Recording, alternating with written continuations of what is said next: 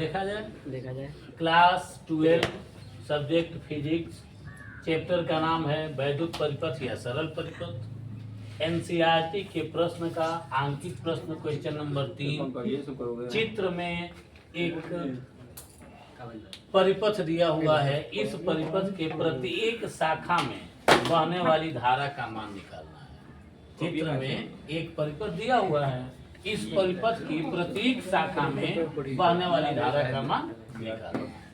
तो हम लोग कैसे इसको ज्ञात करेंगे? तो इसमें सबसे पहले देखेंगे कि कोट इसमें कितने बंद पास बन रहा है।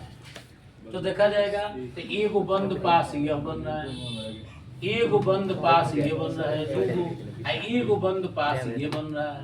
तो कुल मिला के कितने बंद पास बन रहे हैं? 3 बंद पास बन रहे हैं। अब तीनों बंद पास पर किरचॉफ का नियम लागू करेंगे। तो बंद पास पहले का नाम लिख रहे हैं ए बी डी ए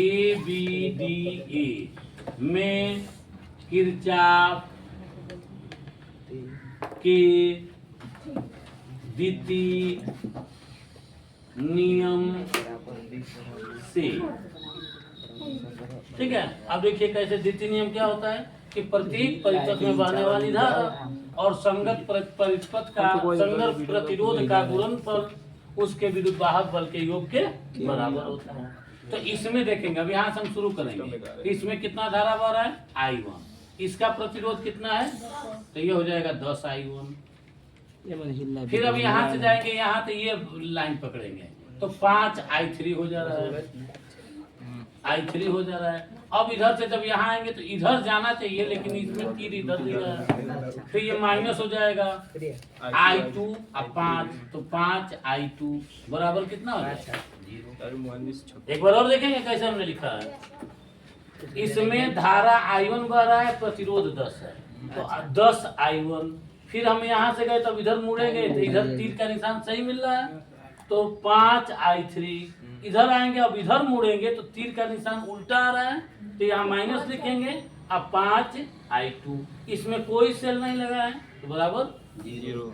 अब इसमें 5 से भाग दे देंगे तो ये हो जाएगा 2 I1 I3 I2 बराबर 0। समीकरण 1 बना के छोड़ दीजिए। अब बंद पास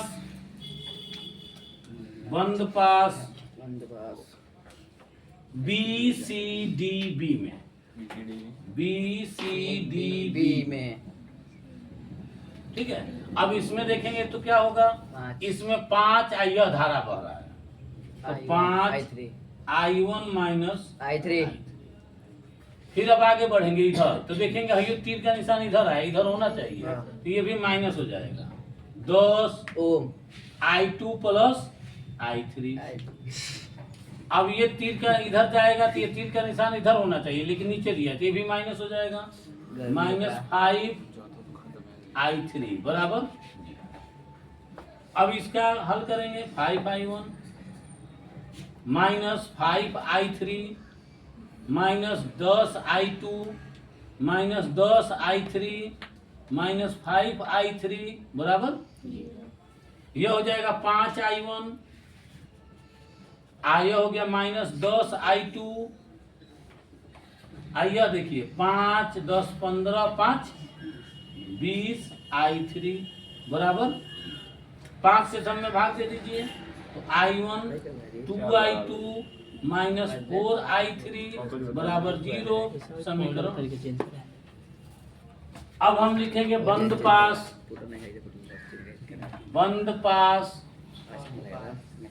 ADCEA में,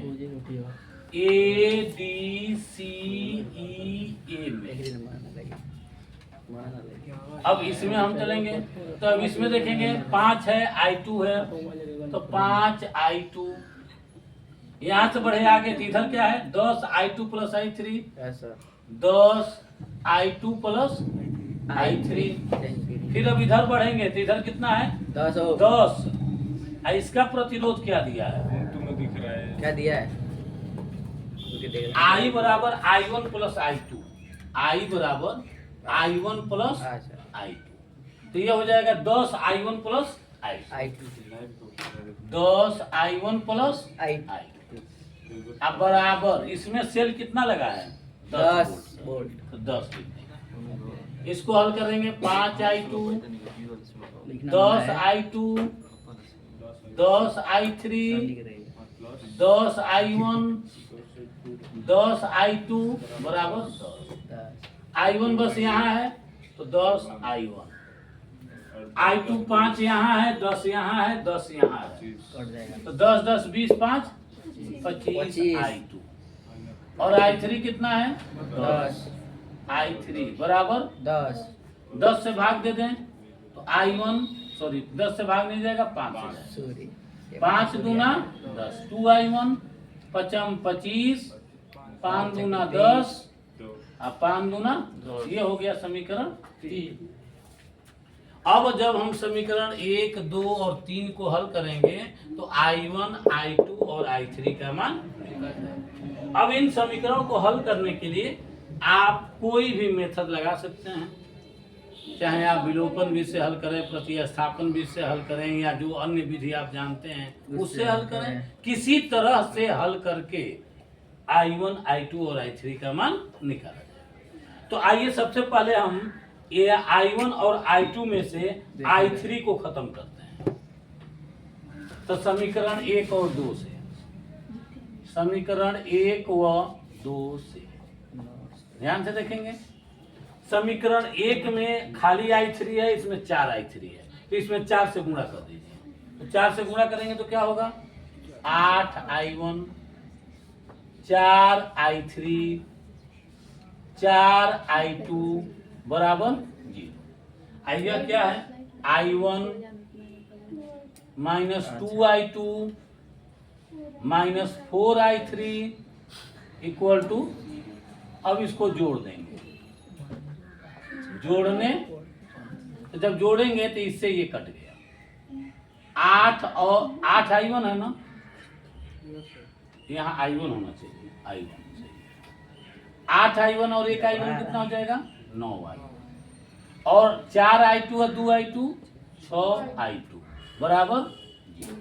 3 से भाग दे दें, यह हो जाएगा 3I1, 2I2 बराबर 0। समीकरण 4।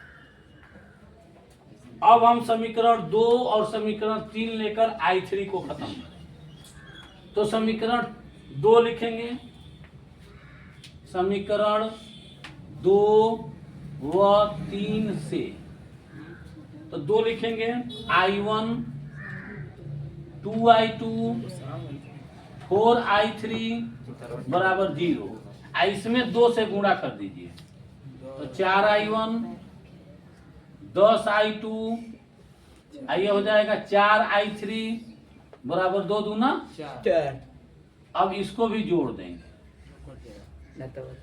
तो जब जोड़ेंगे तो ये कट गया, ये कितना हो जाएगा 5I1, ये कितना हो गया 8I2 बराबर 4। अब समीकरण 4 और 5 को ले लेंगे, समीकरण 4 और तो लिखेंगे समीकरण 4 व 5 से। तो 4 में देखेंगे 2I2 है, इसमें 8I2 है, इसमें 4 से गुणा कर दें 12I1 माइनस 4 गुना 8I2 बराबर, ये हो जाएगा 5I1 प्लस 8I2 बराबर 4। ये भी जोड़ेंगे, जोड़ने पर तो जब जोड़ेंगे तो ये कट जाएगा, ये हो जाएगा 17I1 बराबर 4। तो I1 का मान आ गया 4/17 एम्पीयर। I1 का मान आ गया, इसमें कितना धारा बहेगा 4/17 एम्पीयर। अब देखेंगे आप I1 का मान समीकरण 4 में रख दीजिए। I1 का मान समीकरण 4 में रखने तो 4 में हम रखेंगे तो क्या होगा 3। I1 का मान कितना है 4/17, अब माइनस 2i2 बराबर जी। ये इधर जाएगा तो -2i2 बराबर हो जाएगा 12/17। ये अभी माइनस में होगा, माइनस से माइनस कट गया तो i2 बराबर हो जाएगा 12/2 गुणे 17। 2 से ये कट जाएगा तो 6/17 एम्पीयर। ये i2 का मान होगा। अब i1 और i2 का मान, i1 और i2 का मान समीकरण 1 में रख देंगे।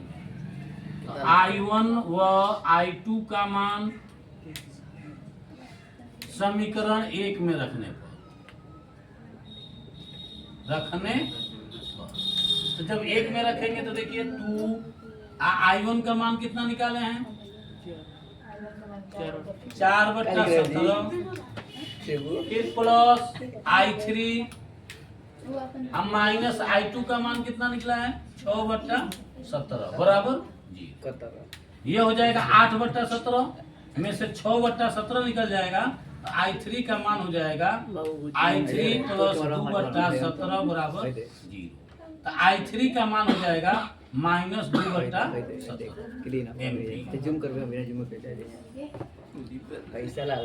एम्पीयर। है ना, 4 गुना 8/17 में से 6/17 निकल जाएगा। तो जब 6/17 निकलेगा तो ये कितना बच जाएगा 2/17 इधर जाएगा तो माइनस हो जाएगा। अब i का मान निकालें तो i बराबर कितना होता है i1 प्लस i1। i का मान कितना निकला है i1 का मान 4/17 i2 का मान 6/17 ये हो जाएगा 10/17 एम्पीयर। तो एक आंसर आपका यह हो गया, एक आंसर आपका यह हो गया, एक आंसर आपका यह हो गया और एक आंसर आपका यह हो गया। इस तरह से इस परिपथ की सभी धाराओं का मान आपने निकाला। किसे लिखेंगे बता दीजिए। इसको नोट करेंगे। अच्छा, सबसे पहले ये बीच वाला ये वाला नोट होगा, फिर इधर वाला नोट होगा, अब इधर वाला और लास्ट में इधर वाला। बीच वाला पहले नोट करेंगे। फोटो